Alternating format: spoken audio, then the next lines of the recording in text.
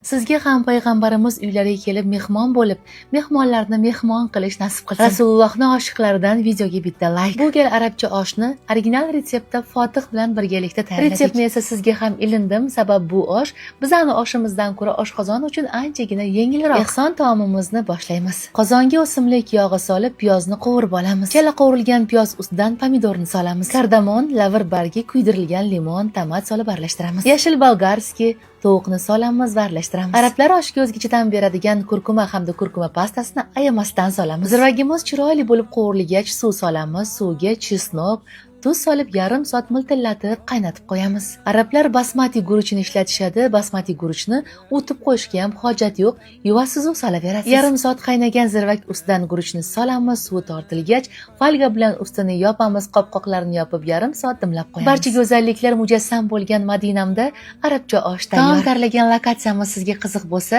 yuqorida Fotihning profillarini qoldirdim. Tayyor bo'lgan oshni haramda tarqatdik. Mazasi arablarnikidan qolishmadi-yu, ishtaha bilan yeb olishdi. Rasulullohga salominglar bo'lsa kommentariyada yozib qoldiringlar. Bugun ravzaga kiraman. Sizga ham kelish nasib qilsin.